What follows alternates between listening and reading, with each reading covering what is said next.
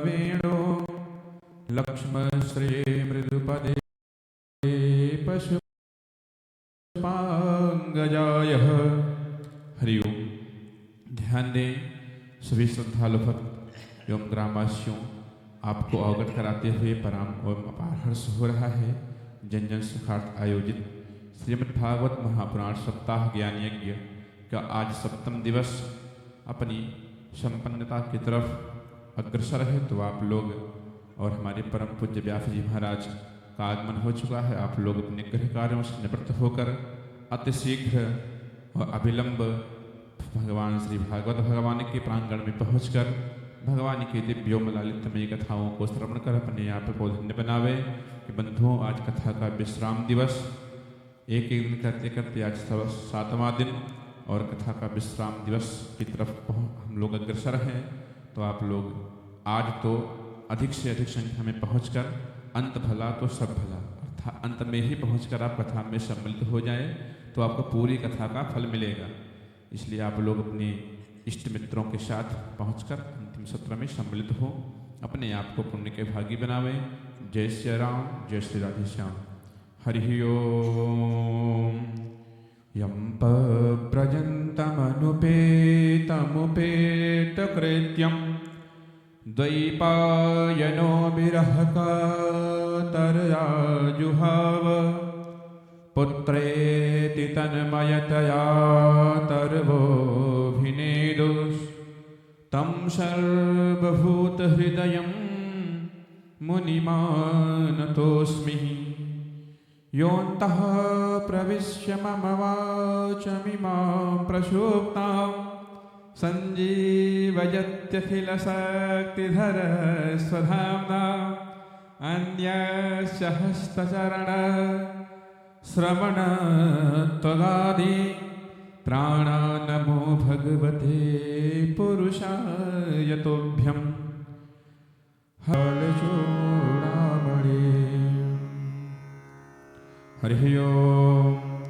अस्ति स्वस्तरुणीकराग्रविगलात् कल्पप्रसूनाप्लुतं प्रस्तुतवेणुनादलहरी निर्वाणनिर्व्याकुलं स्रष्टनिबन्धनी विविलसद्गोपीसहस्रावृतं हस्तन्यस्तनतापवर्गमखिलं दारं किशोराकृति दारं किशोराकृतिः।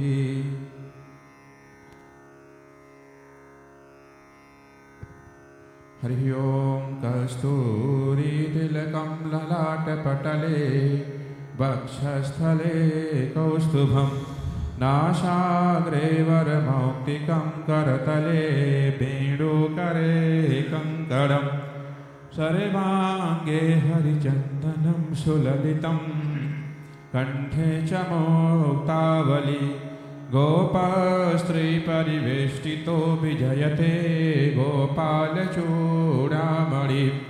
गोपालचूडामणि। पुष्पमालां समर्पयामि धूपं। हरिः ओम। वनस्पतिसुवद्भूतो गन्धाढ्यो गन्धोत्तमः आघ्रेयः सर्वदेवानां धूपोऽयं प्रतिगृह्यतां धूपं सुन्दरसयामि माघ्रापयामि धूपान्ते दीपम्। ओम चंद्रमा मनसो जात सखोः सूर्यो अजायत रोत्राध्वजुषप्राणस्य मुखोदग्निरजायत। दीपं सुन्दरसयामि दीपान्ते हस्तप्रक्षालने वेद्यं। हरिः ओम। ओम नाभ्यायासीदन्तरिक्षगुं शिष्णोर्द्यौः समवर्तत प्रभ्यां भूमृदिशः श्रोत्रान् तथा लोकान् न कल्पयन्। नैवेद्यान्ते आत्मनीयं जलं समर्पयामि दक्षिणाद्रव्यं हिरण्यगर्भः समवर्तताग्रे भूतस्य जातः पतिरेकयासीद सदाथर्पं जामुते मां कस्मै देवाय हविषा विधेम। हरिः ओम। अज्ञानतिमिरान्धस्य ज्ञानाञ्जनशलाकया चक्षुरुन्मीलितं येन तस्मै श्रीगुरवे नमः तस्मै श्रीगुरवे नमः। सद्गुरुचरणकमलेभ्यो नमः। हरिः ओम।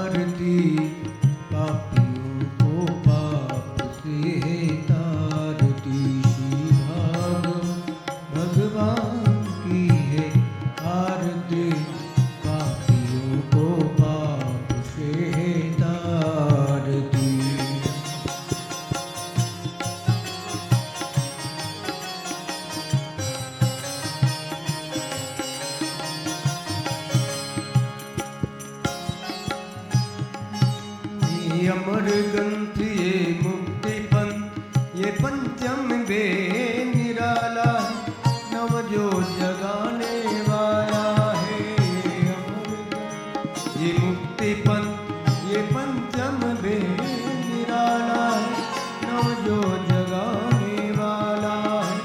हरि नाम में ही हरि धाम में ही, हरि नाम में ही हरि धाम में ही, जग के मंगल की आरती। पापियों को पाप से तारती, भागवत भगवान की है आरती। पापियों को पाप से तारती।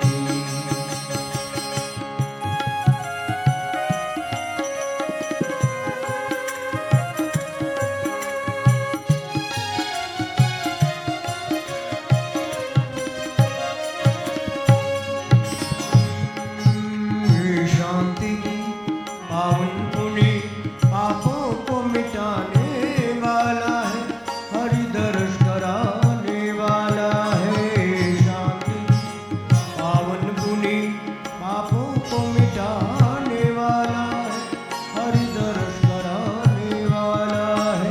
ये सुख करनी ये दुख हरनी, ये सुख करनी ये दुख हरनी, श्री मधुसूदन की आरती। पापियों को पाप से तारती, श्री भागवत भगवान की है आरती। पापियों को पाप से तारती। श्री मधुर बोल सतपंथ को सन्मार्ग बताने वाला है, बिगड़ी को बनाने वाला है। मधुर बोल सतपंथ को सन्मार्ग बताने वाला है, बिगड़ी को बनाने वाला है। श्री राम ने ही घनश्याम ने, श्री राम ने ही घनश्याम ने, प्रभु की महिमा की आरती। पापियों को पाप से तारती, श्री भागवत भगवान की है आरती। पापियों को पाप से तारती। कर्पूरी गौरम करुणारसं संसार सारम भुजगेन्द्रं, सदा वसन्तं हृदयारविन्दे, भवं भवानी सहितं नमामि।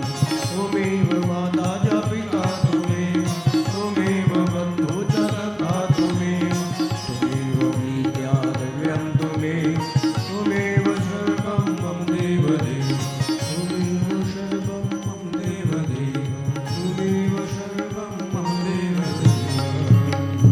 हरि ओम आराधितं समर्पयामि ज्वालामालिन्ये नमः। जलेन शीतलीकरणं पुष्पैवाभिमण्डलं मन्त्रपुष्पाञ्जलि। हरि ओम जज्ञेन यज्ञमयं तदेवास्तानि धर्माणि प्रथमान्यासन्न, तेहनाकां महिमानः पूर्वेशाध्याः सन्ति देवाः। मंत्रपुष्पांजलि प्रार्थना प्रभु नमस्कारांश समर्पयामि। बोल श्री राधा माधव सरकार की, श्री भागवत भगवान की, व्यास जी महाराज की, सुदेव भगवान की जय। जय श्री राधे।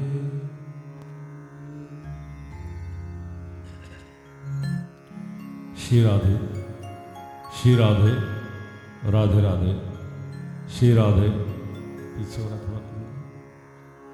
श्री राधे, श्री राधे, श्री राधे, श्री राधे, श्री राधे।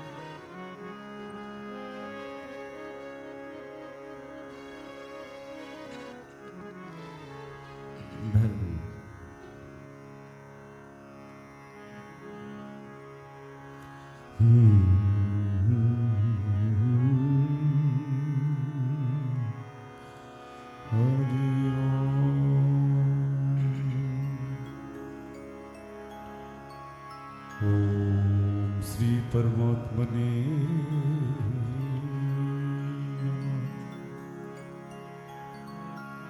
ओम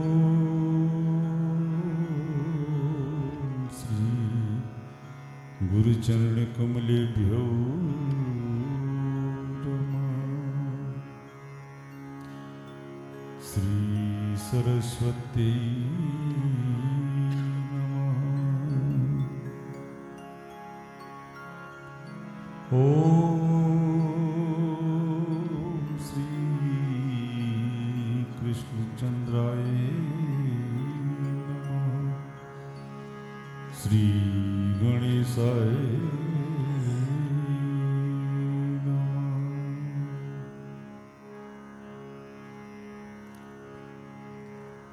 ध्येयं सदा परिभवग्नमभीष्टदोहम् तीर्थास्पदं शिवगिरिञ्चनुतं शरण्यं भृत्यार्तिहं प्रणतपालभवाब्धिपोतं वन्दे महापुरुषते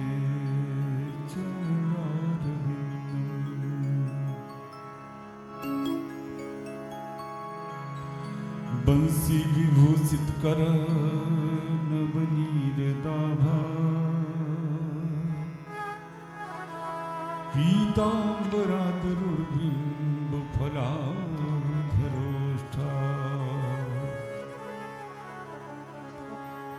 पूर्णेन्दु सुंदर मुखाधरविंद नेत्रा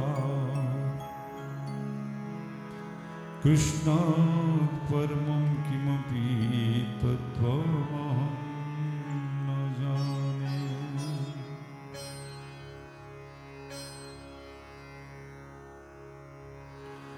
सच्चिदानंद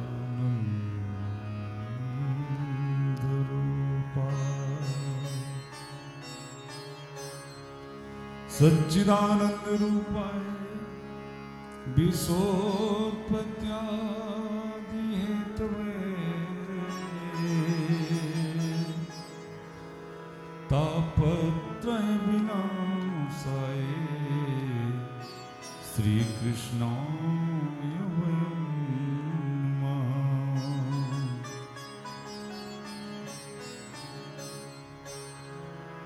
गजाननं भूतगणाधिसेवितं कपित्थजम्बू फलचारुभक्षणम् उमासुतं शोकविनाशकारकं नमामि विघ्नेश्वरपादपङ्कजम्।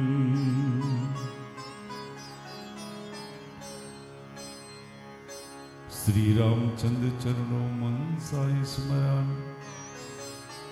श्री रामचंद्र चरणों पति साग्रणामि। श्री रामचंद्र चरणों शिरसा नमामि। श्री रामचंद्र चरणों शरणं प्रपद्ये।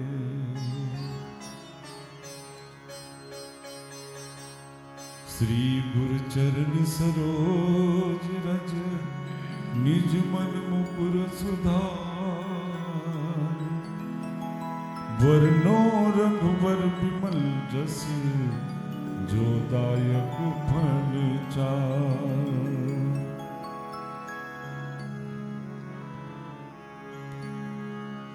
बुद्धिहीन तन जानिके हनुमान जी मेरे हनुमान। सुमिरो पवन कुमार बल बुद्धि विद्या देव मोहि।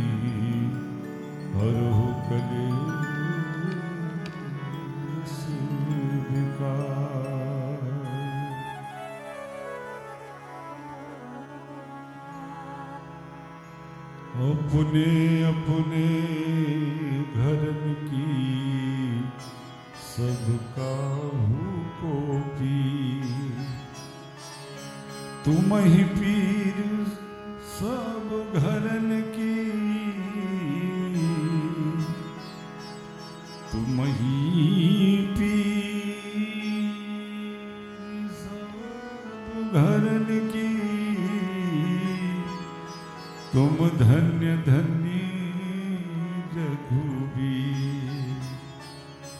भक्ति भक्ति भगवंत गुरु चतुर नाम बपु एक, जिनके पद बंधन किए ना सत विघ्न अनेक, ना सत विघ्न अनेक, ना सत विघ्न अनेक।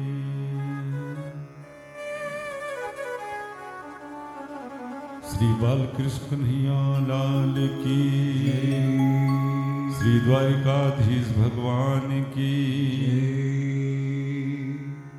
वृंदावन धाम की, श्री राम राजा सरकार की, महाराजा धीराज की, अयोध्या धाम की, श्री भागवत भगवान की, श्री सुखदेव जी महाराज की, श्री व्यास जी भगवान की, श्री परीक्षित जी महाराज की, संत समाज की, ग्राम देवता की, ग्राम देवी की, वीर बजरंग बली दादा की, हर हर महादेव।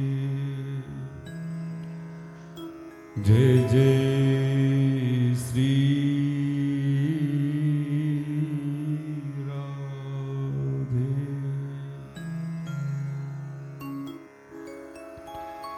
परम मंगल में परात्पर अखिलेश्वर अकारण करुणा वाले कल्पतरु पीतांबरधारी श्री बालकृष्ण लाल की वांगमयी प्रतिमूर्ति श्रीमद् भागवत भगवान के पावन पाद पद्मों में साष्टांग दंडवत प्रणाम करते हुए आचार्य श्री सुखदेव जी महाराज, श्री व्यास जी महाराज, श्री परीक्षित जी महाराज का चरण वंदन करते हुए पूज्य गुरुदेव भगवान के चरणों में कोट सा नमन बारंबार प्रणाम करते हुए आवाहित समस्त देवी देवजन के चरणों में सत सत नमन बारंबार प्रणाम करते हुए यहाँ के कण कण को अपने मस्तक पर धारण करते हुए पंडाल कक्ष में उपस्थित भगवत भक्तजन सभी का हार्दिक अभिनंदन स्वागत करते हुए यहाँ के कण कण को अपने मस्तक पर धारण करते हुए भागवत सत्संगिता का आज सप्तम दिवस और सप्तम दिवस के साथ साथ विश्राम दिवस। आइए रोज की भांति आज भी हम सभी सबसे पहले अपने मन वाणी को पवित्र करके फिर भगवत कथा रूपी गंगा में प्रवेश करें। जो सज्जन पंडाल में उपस्थित हैं खूब भाव से प्रेम से भगवत स्मरण करें। जो भी उपस्थित नहीं हो पाए हैं वो शीघ्रता कर पंडाल में उपस्थित होने का प्रयास करें। जो उपस्थित हैं खूब भाव से श्री राधे राधे गोविंद गोविंद राधे, श्री राधे राधे गोविंद राधे, श्री राधे राधे गोविंद गोविंद राधे, श्री राधे राधे गोविंद राधे, गोविंद राधे राधे गोपाल राधे, गोविंद राधे राधे गोपाल राधे, गोविंद राधे राधे गोपाल राधे, गोविंद राधे राधे गोपाल राधे। भगवत कथा में हम सभी जहाँ भी जाते प्रायः भगवत संकीर्तन से ही कथा का प्राकट्य होता है।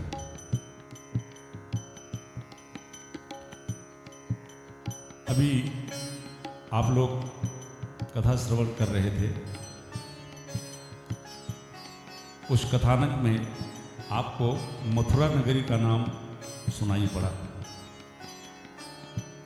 मथुरा का शाब्दिक अर्थ 3 अक्षर है मथुरा में, मां और बीच में था और आखिरी में रा। अब अगर मथुरा शब्द में से था शब्द आपने निकाल दिया तो क्या बचा? मां और रा उलट दिया तो क्या बन गया? राम। ये मथुरा कोई नगर नहीं है, कोई बाजार नहीं है। वास्तव में देखा जाए तो ये हमारा शरीर ही मथुरा है। और जैसे मथुरा में से रा और मा शब्द निकाल दिया जाए तो क्या बचता है? थू। था निकाल दिया। ऐसे इस शरीर से अगर राम निकल गया तो कुछ है इसमें। राम का मतलब जो चैतन्यता है हमारी, जो ईश्वर अंश, जो राम मेरे हृदय में बैठा है, उसके निकलते ही फिर ये अपने असली स्वरूप में आ जाती है। हाँ। तो संकीर्तन का मतलब हमारे रोम रोम में राम बस जाए। एक जीवन का अभ्यास है। बच्चे पढ़ाई करते हैं, एक ही पाठ को बार बार दोहराते हैं, क्योंकि एकदम हमारे चित्त में ये चीज बैठ जाए। अगर हम वैष्णव हैं, भगवान को मानते हैं, तो प्रायः हमारे जीवन में राम की बड़ी आवश्यकता है। एक बार श्री गोस्वामी तुलसीदास जी महाराज जब भगवान का भजन करते करते वृद्धावस्था में पहुंच गए, बिल्कुल एकदम जरा अवस्था आ गई। कुटिया में रहते थे। एक रोग हो गया उनको, अतिसार का। इसमें क्या होता है, बार बार दिशा जाना पड़ता है। जब भी दिशा आए जोर से भागना पड़ता है। एक बार बाबा को इतनी जोर की दिशा आई कि कमंडल में जल भी ना उठा पाए और भाग गए कुटिया के पीछे। मेरे राम जी ने सोचा कि ये सनातन, ये तुलसी मेरा जब तक इसके जीवन में, इसके शरीर में ताकत थी, तब तक पूरा जीवन इसने मेरी सेवा करी।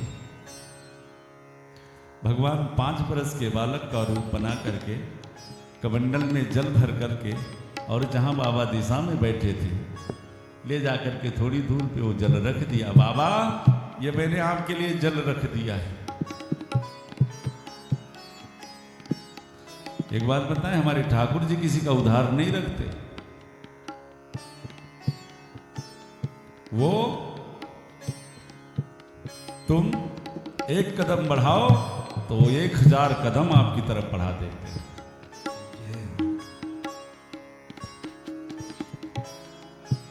आपके किसी भी कृत्य को वो अपने सर पर ऋण नहीं रखते, उधार नहीं रखते। और उधार वो व्यक्ति रखेगा भाई जिसके पास कोई कमी हो। हमने लेबर आज रखा, संजोग से अगर पैसा नहीं है तो लेबर को कहना पड़ेगा बेटा कल आके ले लेना, आज नहीं है। लेकिन उनके पास तो कोई कमी है ना, इसलिए वो किसी का उधार नहीं रखते। तुरंत हम ही लोगों को देख लो, प्रत्यक्ष प्रमाण। 3 घंटे बैठ करके उनका गुणगान करते हैं, व्यासासन पर उनकी जय जयकार करते हैं। तो भगवान कहते हैं चल ठीक है, 3 घंटे तू मेरी जय जयकार करवा रहा है, कर रहा है, तो 24 घंटे मैं तेरी जय जयकार करवाऊंगा। हाँ, अगर यही भगवान का गुण ना गा रहे होते तो हमें कौन पूछने वाला था, बताओ। लाखों साधु संत आमने सामने से गुजरते हैं, राम राम भी कोई ना करे। तो ये मेरा प्रभुत्व नहीं है कि जो दुनिया आती है जय जयकार कर रही है, ये मेरे सरकार का प्रभुत्व है। 3 घंटे हम उनकी जय जयकार करते हैं, तो 17 घंटे फिर वो कहते हैं चल नीचे तेरी जय जयकार करवा रहा हूं। तो वो किसी का उधार नहीं रखते। बाबा को देखा कि आज मेरा सनातन, मेरा तुलसी आजीवन जिसने मेरी साधना करी, मेरी सेवा करी, आज इस जर्जर अवस्था में स्वयं जल लेकर के चले गए। बाबा जब सौद से वापस आने लगे तो थोड़ी दूर पर खड़े 5 बरस के बालक के रूप में हमारे राम जी ने बाबा तुलसी से कहा, बाबा एक बात बताओ, अभी जब आप दिशा में बैठे थे तो मैंने एक विचित्र बात देखी, आप अपने दाहिने हाथ से अपनी जीवा को पकड़े हुए थे। श्री गोस्वामी तुलसीदास जी ने कहा, भैया क्या बात,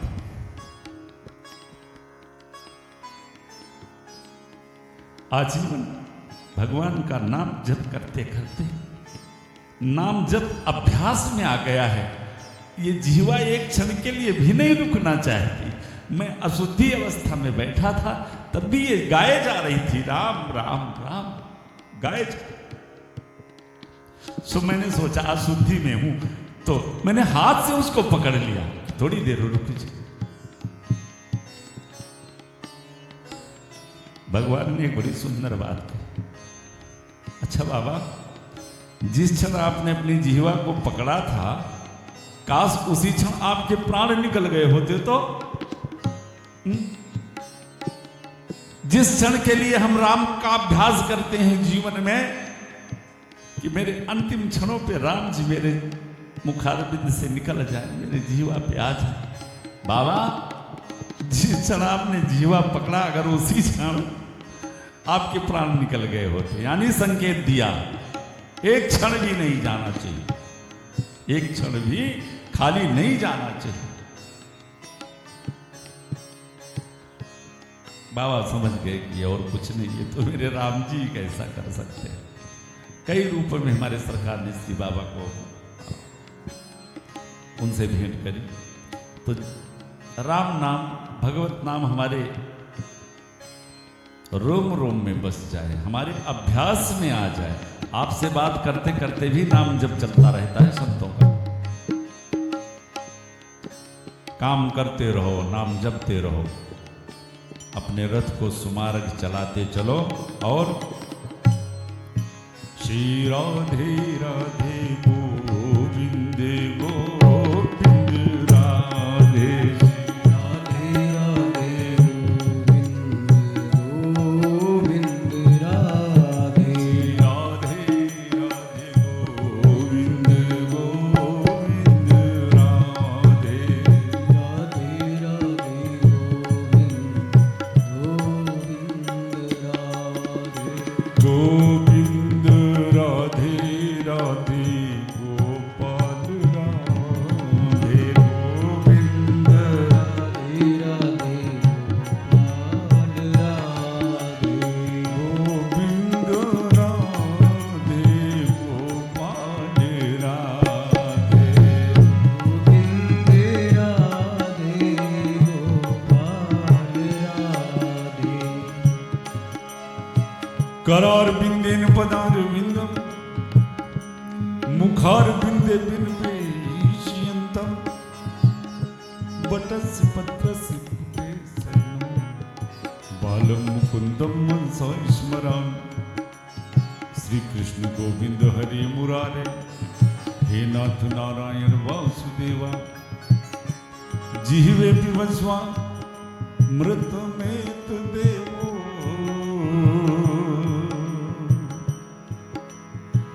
जिह्वे पिबस्वा मृत में देव,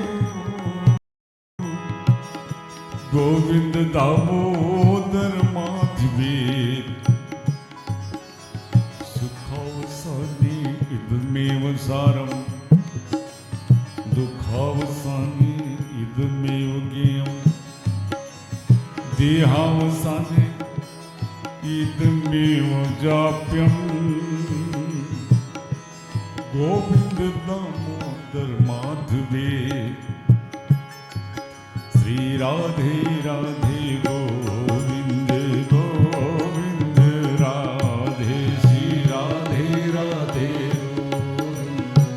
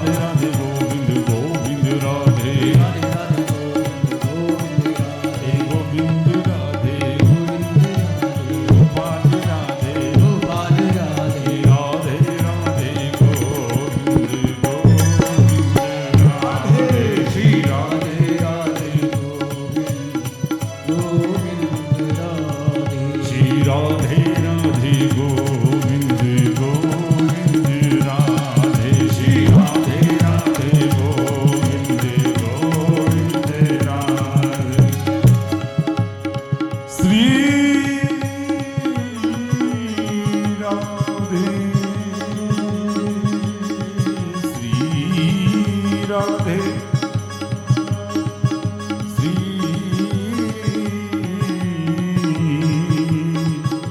श्री राधे।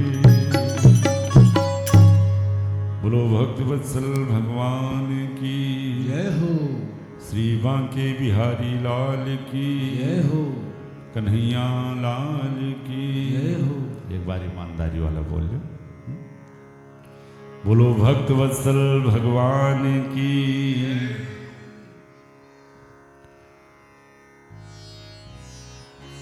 आज भागवत सप्त संहिता का आज सप्तम दिवस। 7 दिनों से महाराज परीक्षित गंगा तट पर बैठे और इस तरह से भगवत कथा में तल्लीन हो गए कि वो तो भूल ही गए कि आज मेरे इस नश्वर शरीर का अंतिम दिन है। आज श्री सुखदेव जी महाराज ने महाराज परीक्षित को एक बड़ी सुंदर चर्चा बताई। महाराज परीक्षित ने पूछ लिया श्री सुखदेव जी महाराज से कि महाराज सबसे बड़ा धर्म क्या है। आज वो हमारे मिस्त्री जी बैठे थे वहाँ हमारे पास, कुछ बच्चे भी बैठे थे। हम जीवन में हमारे होता क्या है थोड़ा सा देखिए। हम लोग पूजा पाठ भी करते हैं, धर्म कर्म खूब करते हैं, मन से करते हैं, भाव से श्रद्धा से भी करते हैं, लेकिन प्रायः जब पीछे मुड़ करके देखा जाता है तो उसका कोई फल सामने आता दिखाई नहीं देता। माताएं व्रत रखती हैं, मंदिर जाती हैं, परिक्रमा करती हैं, अयोध्या दर्शन भी जाती हैं, लेकिन जब अंदर हृदय में झांक करके देखो तो उसका कोई प्रतिफल आपको भली भांत जो उसका प्रत्युत्तर उसका फल होना चाहिए वो मिल नहीं रहा है, आपको दिखाई नहीं दे रहा है। ऐसा क्यों है? साइकिल की ट्यूब होती है, अगर उसमें हवा भरना है, आपने पंप लगा दिया, हवा भरना शुरू कर दिया, हवा ट्यूब में जा भी रही है, एक आध घंटे पंप चलाने के बाद में और जब ट्यूब पर हाथ रखे तो टाइम टाइम फिस। तो आप क्या कहते हो कि लगता है इसमें कहीं पंचर है, कहते हो ना? कहते हो इसमें कहीं पंचर है। छोटा मोटा पंचर नहीं, थोड़ा मोड़ा तो हवा रुकी होती है। भ्रष्ट है ये। इधर से भरते जा रहे हो और उधर से निकलता जा रहा है। तब बुद्धिमानी किसमें होती है पहले ये बताओ। आप हवा भरोगे पहले कि पहले उस भ्रष्ट को ठीक करोगे कि जो ट्यूब पंचर है? बुद्धिमानी इसमें है कि पहले उस, अगर हवा भरना है तो उस पंचर को बनाओ, और नहीं हवा नहीं भरना है तब जैसा पड़ा है पड़ा नहीं तो। लेकिन अगर उस ट्यूब में हवा भरना है, हवा रोकना है, तो भैया उस पंचर को ठीक करना पड़ेगा। नहीं पूरी जिंदगी हवा भरते रहो और जब हाथ रखोगे तो फिर सही मिलेगा।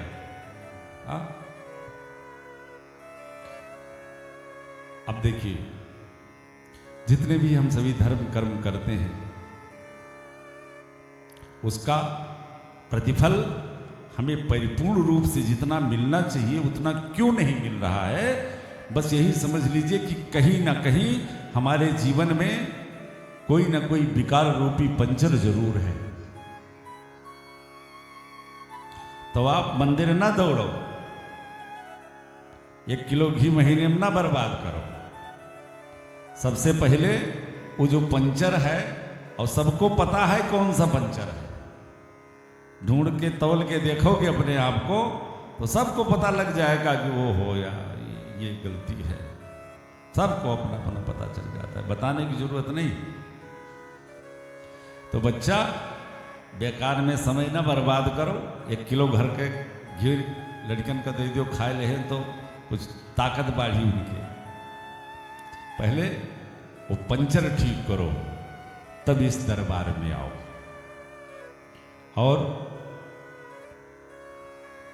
और तो छोटे मोटे पंचर हैं, लेकिन ये हमारा जो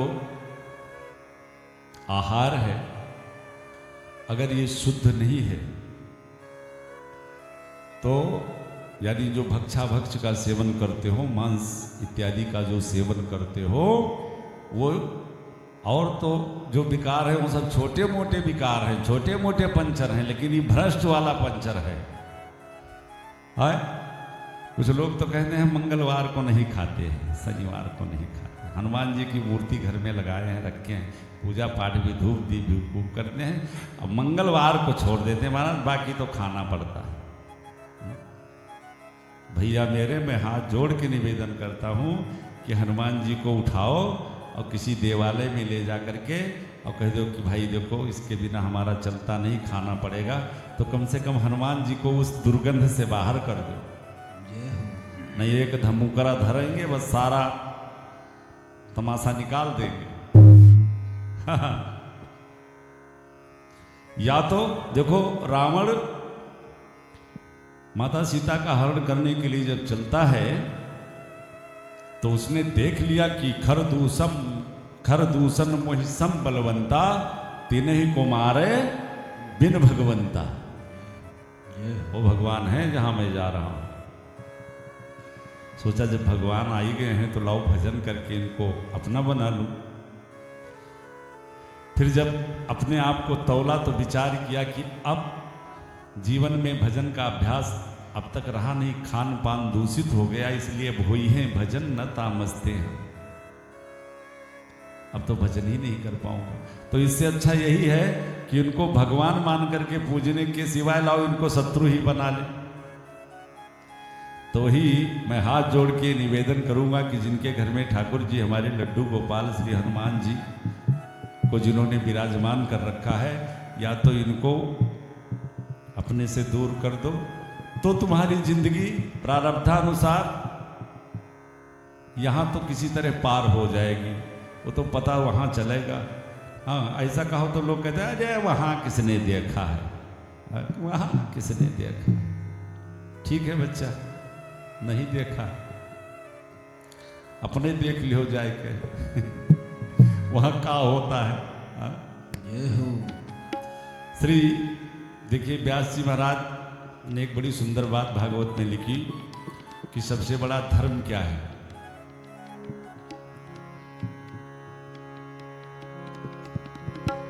श्रूयतां धर्म सर्वस्वं श्रुत्वा धैर्यतां।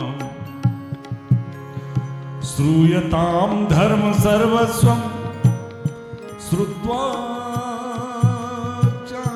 धैर्यताम्। आत्मनः प्रतिकूलानि परेषां न समाचरे।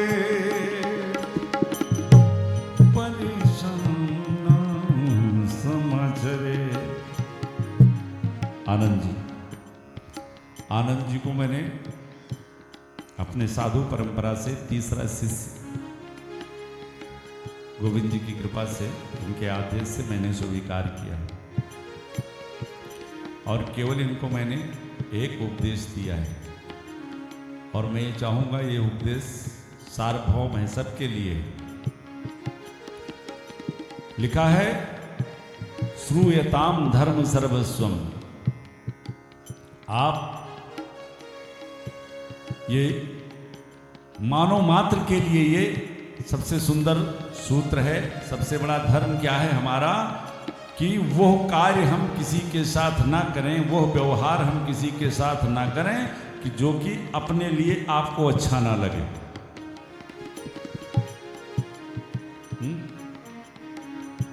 जय हो। आपको कोई गाली दे तो आपको अच्छा नहीं लगेगा, स्वाभाविक है। तो आप किसी को गाली ना दें। आपका कोई गला काटे तो आपको अच्छा लगेगा? नहीं अच्छा लगेगा। तो व्यास जी के इस नियम के अनुसार फिर आपको भी किसी का गला काटने का अधिकार नहीं है। और अगर आप किसी का गला काट रहे हो तो ये शास्त्रों के विरुद्ध कार्य कर रहे हो, नहीं कर रहे हो, है ना?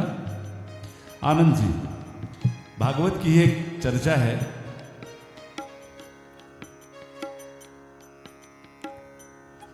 आप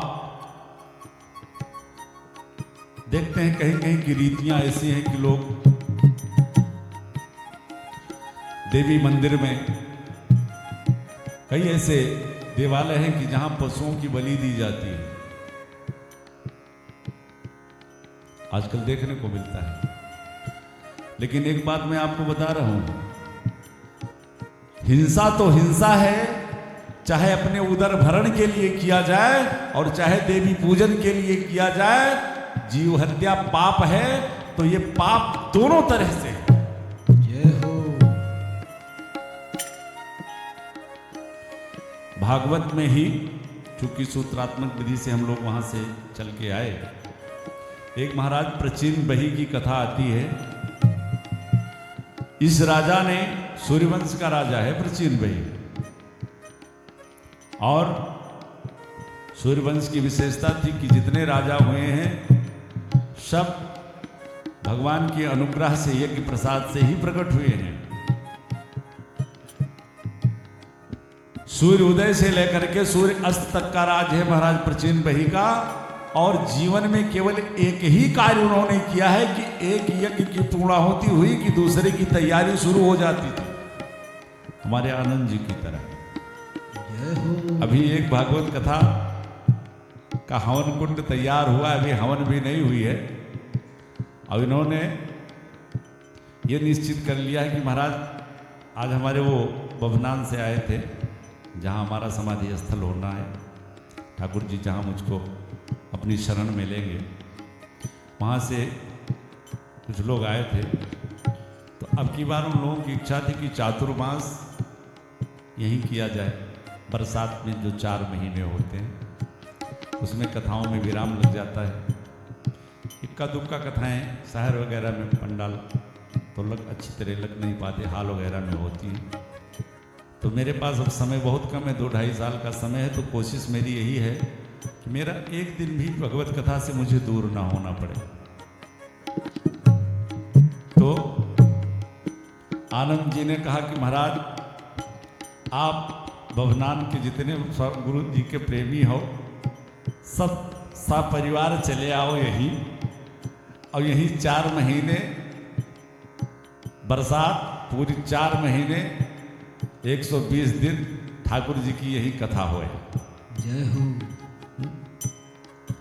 ये छोटी बात नहीं है, एक कान से सुन करके दूसरे कान से निकाल देने वाली बात नहीं है। इस कलिकाल में ऐसी भावना भगवत कथा के प्रति बन जाए, ये मान लेना कि साक्षात कृपा उस परमात्मा की उस जीव के ऊपर है। 24 घंटे में 3 घंटे केवल आपको सुनने के लिए आना पड़ रहा है, लेकिन उसमें भी तमाम व्यवधान आ जाता है। 2 दिन आए तो तीसरे दिन किसी काम में फंस गए। वो जीव इस कलिकाल का सबसे परम सौभाग्यशाली है कि जिसकी भगवत कथा में इस तरह से अनुरक्ति हो जाए। महाराज प्रचीन बही एक यज्ञ संपन्न नहीं होता कि दूसरे की तैयारी चलने लगती है। ऐसा राजा है, पूरा जीवन काल अपना यज्ञ कार्य में ही लगाया। उनके जीवन का अंतिम यज्ञ चल रहा था, संत श्री नारद जी आए, और नारद जी ने जब महाराज प्रचीन बही को उस यज्ञशाला में देखा तो संत नारद के नेत्रों से आंसू बहने लगे। राजा ने सम्मान किया, सत्कार किया, चरणों में प्रणाम किया, धरती में गिर पड़ा महाराज नारद के सामने। नारद जी ने उठाया। राजा ने पूछ लिया, महाराज आप रो रहे हो? श्री नारद जी ने महाराज प्राचीन बहिर से कहा, राजन रो रहा हूं तुम्हारी दुर्दशा पर। राजा ने हाथ जोड़ा, सरकार मुझसे कौन सा अपराध हो गया? श्री नारद जी ने कहा, राजन तुमने अपने जीवन काल में करोड़ों यज्ञ कर डाले। यज्ञ किया बड़ी अच्छी बात रही, लेकिन अपने यज्ञों में तुमने लाखों पशुओं की, निरपराध पशुओं की बलि दिलवा दी। और जरा एक बार ऊपर नजर उठा के आकाश में देखो। महाराज प्राचीन बही ने देखा तो उस यज्ञ के बहाने जितने पशुओं की बलि दी गई थी, महाराज सभी मुंह फाड़े खड़े थे कि आओ, तुम आओ धरती से, तब हम एक एक करके बदला लें तुमसे। तुलसी यही संसार मां बदला कहूं न जाए, गटक लियो पता लागी। महाराज प्राचीन बही ने जब आकाश की तरफ देखा तो करोड़ों जीव उसकी तरफ मुंह फाड़े खड़े हैं कि आओ एक एक करके तब तुमसे बदला लें। राजा घबराया, नारद जी से कहा, सरकार पर इसमें मेरा क्या अपराध है?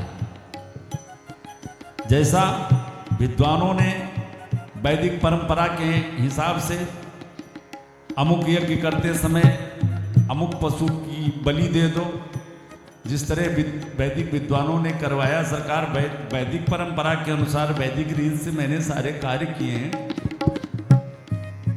तब नारद जी ने वेदों के परम गूढ़ रहस्य को खोला। राजन, वेदों के गूढ़ रहस्य को समझ पाना इतना आसान नहीं है। राजा ने वेद खोल करके दिखा दिया कि महाराज देखिए, ये पशून आल भेद, अमुक यज्ञ करते समय अमुक पशु की बलि दे दो। नारद जी ने कहा, आल भेद का मतलब? राजा ने कहा, महाराज मारना। कहा, अच्छा, आल भेद का मतलब मारना। नारद जी ने वेद का दूसरा चैप्टर कर्मकांड का खोल दिया, जिस चैप्टर में, जिस प्रखंड में वर कन्या का विवाह कार्य संपन्न करवाया जाता है, तो वहां एक मंत्र मिलता है कि जब वर कन्या का वर्ण कर लेता है, तब वहां पंडित जी, विद्वान लोग जो हमारे होते हैं, वो एक मंत्र पढ़ते हैं कि तत्परः कन्यायाम हृदय आल भेद। अब वर कन्या के हृदय का स्पर्श करे। तुम अगर आल भेद का मतलब तुमने मारने से लगा करके लाखों पशुओं की बलि दे दी, तो राजन जरा विचार करो कि इस मंत्र का, इसमें भी आल भेद शब्द आ रहा है, और अगर इस आल भेद शब्द का अर्थ हम लोग मारने से जोड़ लें, तो अब्बर कन्या के हृदय को मार दे या अब्बर कन्या को मार दे विवाह करके। हा? बड़े विस्तार से श्री नारद जी ने समझाया कि वेदों को इस तरह से समझ पाना राजन आसान नहीं है। और हिंसा तो हिंसा है, चाहे देवी की बलि के बहाने करो और चाहे अपना उदर भरण के बहाने करो। और बच्चा, पर पीड़ा सम नहीं अधमाई। भागवत सुनने की जरूरत नहीं है अगर जीवन में ये सुधार नहीं कर सकते हो। मंदिर जाने की जरूरत नहीं, मत जाओ। ईश्वर अंश जीव अविनाशी। भागवत में ही आप लोगों ने सुना कि कपिल भगवान ने माता देवहूति को सांख्य शास्त्र प्रदान करते समय उपदेश किया था कि मैया, इस चराचर जगत में जिसने प्रत्येक जीव में मुझे नहीं देखा, उसकी मूर्ति पूजा में भी मैं नहीं हूं। ये भगवान की वाणी, ये मैं अपनी तरफ से नहीं कुछ कह रहा हूं। हमारे ऊपर मत नाराज होना, हमारे ऊपर गुस्सा लगे तो गाली देना व्यास जी महाराज को। जो उन्होंने लिखा वही मैं आपको बता रहा हूं।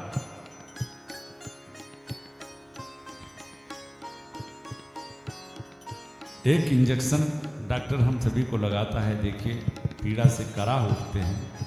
विचार कीजिए कि हम जिसको एकदम नस्ले नाबूद गले काट के जिसको खा जाते हैं। अब बताओ हनुमंत भैया, इस रसना कोई भी वस्तु तुम खाओगे तो जैसे ये गले के नीचे जाए फिर उसका कोई मतलब रह जाता है। आप कहोगे महाराज बहुत लोग ऐसे भी हमारे पास आए, महाराज डॉक्टर ने बता दिया हमको। अरे खत तेरी डॉक्टर की ऐसी की तैसी करो, अभी आपको पता ही नहीं है कि डॉक्टर ने आपको क्यों बता दिया है। हमारे धर्म को तोड़ने के लिए, हमारे धर्म को मिटाने के लिए तमाम आतताई जगह जगह फैले हुए हैं। यहां तक कि महाराज आप लोग न्यूज वगैरह में सुनते रहते हो कि पैसा दे दे करके हमारे सनातन धर्म के लोगों को तोड़ा जा रहा है। अन्य धर्म के लोग, अन्य मजहब के लोग पैसे का प्रलोभन दे करके, धन का प्रलोभन दे करके तुम्हारे धर्म को नष्ट कर रहे हैं, भ्रष्ट कर रहे हैं तुमको। यहां कोई डॉक्टर ने कहा बता दिया अंडा खाओ महाराज। मैं आपसे ये निवेदन करूंगा, आयुर्वेद परंपरा ऐसी है, आयुर्वेद में ऐसा लिखा हुआ है कि जितनी विटामिन, जितनी कैलोरी, जितना कैलोरीन आपको 1000 अंडे में मिलती है उतना केवल एक देसी आंवले में प्राप्त हो जाता है। और एक बात बताओ, अगर मांस मछली भक्ष पदार्थ खाने से बल पराक्रम बढ़ा होता तो जब भी युद्ध हुआ है शाकाहारी और मांसाहारी का तो मांसाहारी परास्त हुआ है। रावण मांसाहारी, महिक खाए करे मदिरा पाना, और राम जी हमारे क्या खाते हैं? लक्ष्मण गए बन ही जब लेन मूल फलकंद। तो एक साक शुद्ध शाकाहारी हमारे प्रभु श्री राम ने रावण जैसे मांसाहारी आतंकवादी को समाप्त किया। कंस भक्ष का सेवन करने वाला महापापी, उस पर विजय पाया हमारे श्री कृष्ण कन्हैया ने जो माखन मिश्री खाया। कहां से ताकत तुमको नजर आ रही है बताओ, जो तुम लोग बहाना लेकर के गटकते चले जा रहे हैं।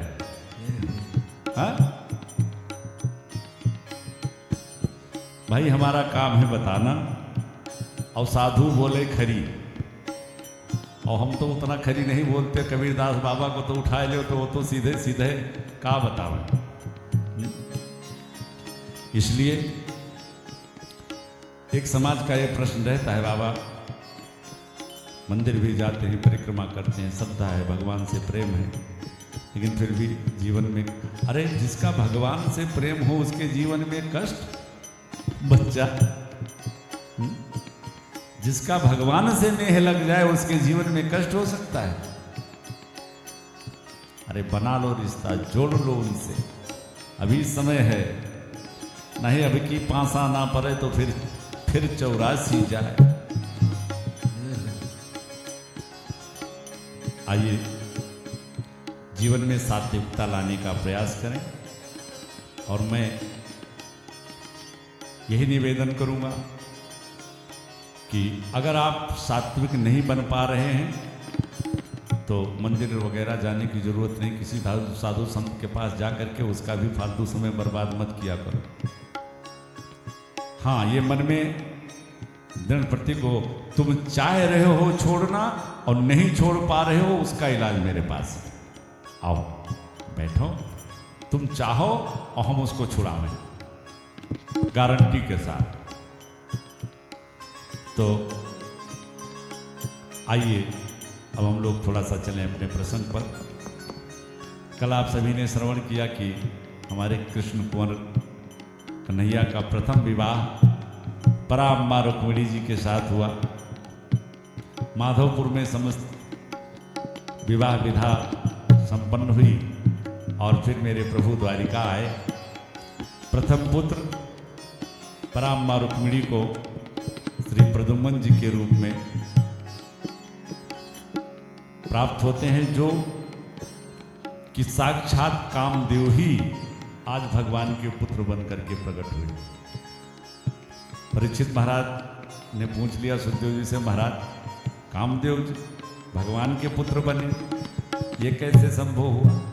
सुखदेव जी ने कहा, राजन, जब एक बार कामदेव भगवान भोले बाबा की तपस्या समाधि को तोड़ने के लिए गया तो तब शिव तीसर नयन उघारा और चितवत काम भयो जरि छारा। पत्नी आके रोने लगी तो भोले भंडारी आशीर्वाद दिया कि जा, अभी तो इसको जला दिया है, लेकिन द्वापर में मेरे सरकार जब कृष्ण रूप में आएंगे तो तेरा यही पति कृष्ण तने हुई है पति तोरा। आज पराम्बा रुक्मिणी के घर साक्षात काम ही पुत्र रूप में जन्म लिया। जय हो। सुशंभरासुर नाम का एक दैत्य था, उसको श्री नारद जी ने पहले ही बता दिया था कि तेरी मृत्यु भगवान कृष्ण के पुत्र के हाथों होनी है। सो जैसे संभरासुर ने सुना कि द्वारिका में भगवान कृष्णचंद्र के यहाँ बालक ने जन्म लिया, सो संभरासुर ने उस बालक को उठा करके महाराज ले जा करके समुद्र में फेंक दिया, हरण कर लिया। संजोग से उस बालक को एक मछली निगल गई और उस मछली को एक मछुआरे ने पकड़ा, सो संभरासुर के घर ही ले महल में ही ले जाकर के उसे प्रस्तुत कर दिया। मछली को काटने वाले उसके पेट से बालक मिला। संभरासुर ने कुछ दासियों को दे दिया उस बालक के रक्षण के लिए, उसकी सेवा के लिए।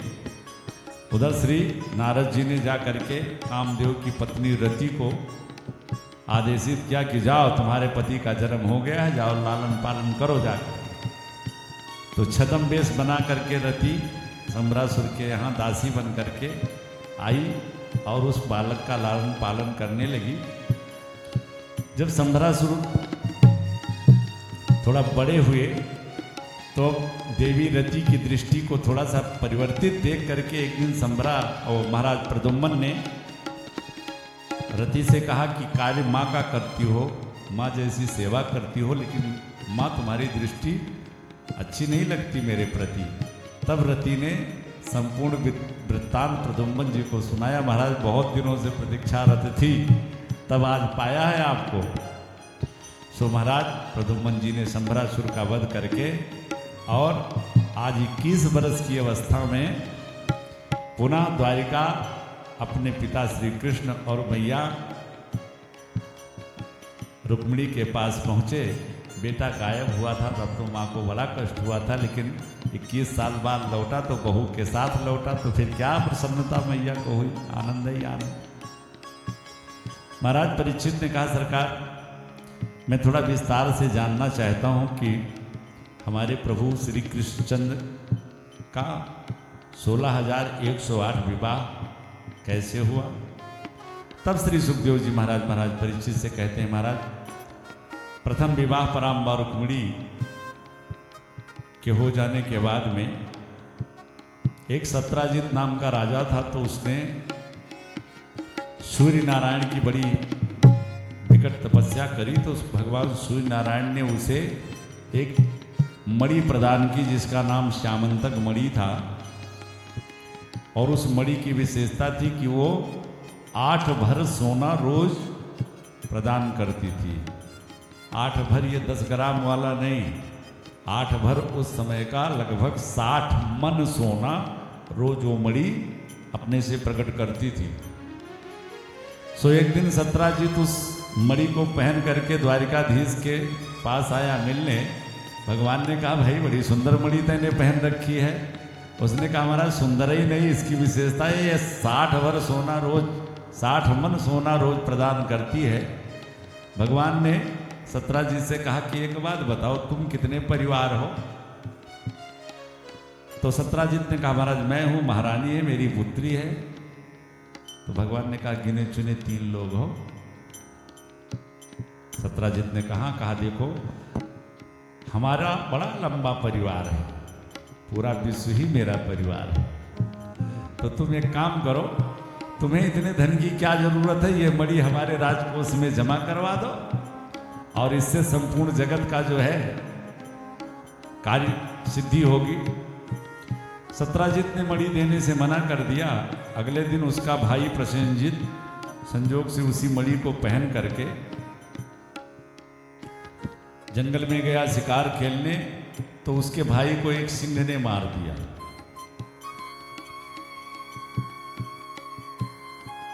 जब वो नहीं लौटा तो सत्राजित को शंका हुआ कि लगता है कल भगवान कृष्ण ने मणि हमसे मांगी थी, हमने दिया नहीं, तो हमारे भाई के गले में देख करके उसको मार के मणि उन्होंने रख लिया। सत्राजित ने अपनी पत्नी से बताया, लेकिन यह कह दिया कि देखो इस बात को और कहीं कहना मत, क्योंकि अभी जब तक दोष सिद्ध ना हो जाए तब तक ये बोलना उचित नहीं है। तो कोई बात ऐसे घर में बोल दो तो भले वो छुपा भी ले जाएं, लेकिन अगर ये कह दो कि देखो किसी को बताना मत, तो फिर तो महाराज जब तक अड़ोसी पड़ोसी में पहुँच ना जाए। हाँ, और फिर धीरे धीरे करने करने जपन जना, चारों तरफ ये बात फैल गई। भगवान कृष्ण के कानों तक बात पहुंची। दाऊ भैया से कहा, भैया बड़ा कलंक लग गया। दाऊ भैया ने कहा, जरूर कन्हैया तेने चौथी का चंदा देखा होगा।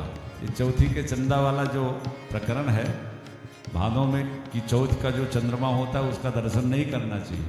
पता है आप सभी को, ये किंवदंती नहीं है, ये शास्त्रों में शास्त्रोक्त वर्णन है, और इसके पीछे भी कारण है ऐसा क्यों है। लेकिन अब उधर चलेंगे तो अभी हम लोगों को बड़ी लंबी यात्रा करनी है। तो दाऊ भैया ने कहा, जरूर अब की बार तेने भादों की चंद्रमा को देख लिया होगा। कन्हैया ने विचार किया कि भाई अब कलंक लग गया है, और किसी ने एक बड़ा सुंदर वो कहा है कि जल से